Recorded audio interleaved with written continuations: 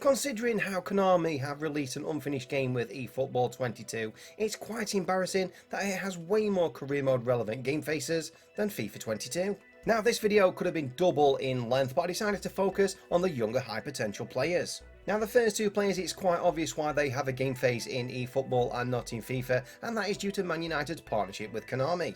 So firstly we have Shola Shoretire, and then a player who doesn't have a terrible generic face in FIFA but still looks far better in eFootball, Anthony Elanga. Now even though Bologna aren't officially licensed in eFootball, Scottish left wing back Aaron Hickey has a game face. Sad to see his season finish early due to an ACL injury, one of the highest growing players in FIFA 22, Southampton's Tino Livramento, potential of 85. Jeremy Doku had a game face back in the last edition of Pro Evolution Soccer, but it's been updated for eFootball 22. In-demand Benfica striker Darwin Núñez has a terrible generic face in FIFA 22, looks far better in eFootball. Following his move to Manchester City because of EA's Premier League licence, hopefully Julian Alvarez will get the full face scan treatment for the next edition of FIFA. That being said, even though they're in the Premier League, because of Arsenal's partnership with Konami, a lot of their players do still have a generic face in FIFA 22, one of which is the England centre-back Ben White. One of the most exciting youngsters in League this season has been Amin Gyuri from Nice, who's got a terrible generic face in FIFA 22, looks far better in eFootball. He's been one of the highest potential hidden gems from the rest of the world in the last two editions of FIFA. Sparta Prague's Adam Hložek really deserves a real face in FIFA 22. And the same could be said for Club Brugge striker Charles de Ketelaere, who's been an exciting prospect for the last three editions of FIFA. Now considering that EA do have a partnership with the Bundesliga, I can't get my head around why Dominik Szoboszlai still has a generic face in FIFA 22.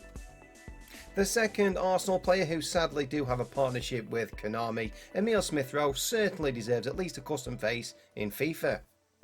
Now going back to what I've just said about RB Leipzig's Dominik Szoboszlai, I could say exactly the same for his teammate, the Spanish international Dani Olmo, whose generic face in FIFA is pretty poor. However, you cannot tell me this generic face looks anything like Ryan Cherki, which is shocking considering that Lyon are an EA partner.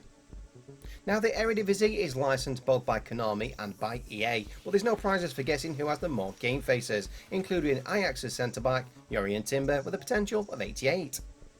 Because of their exclusive partnership with Konami, Napoli will have a fake team name in the next edition of FIFA, so unless he gets a big move, Victor Osimhen will stay generic. Three of the last six players are all from Barcelona who have a partnership with Konami. Hopefully Pablo Gavi can get a custom face for the next edition of FIFA. And likewise for another Konami partner club in Bayern Munich, whose youngster Jamal Musiala looks absolutely shocking with his generic face in FIFA 22.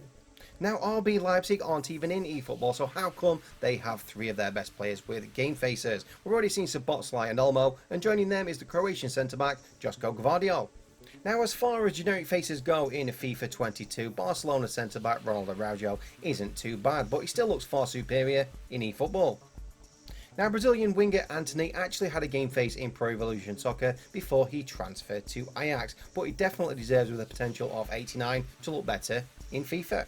Potential to be special, Barcelona midfielder Pedri looks more like a middle-aged man than a teenage wonder kid. Hopefully he can get an Ansu Fati style custom face for the next edition of career mode. But just to make things clear, eFootball is still an unfinished mess and he's not even in the same league as FIFA 22. However, I just wish EA would pay more attention to career mode relevant game faces. Thank you so much for watching this video. Please remember to tune in next time, but until then, it's FCG out.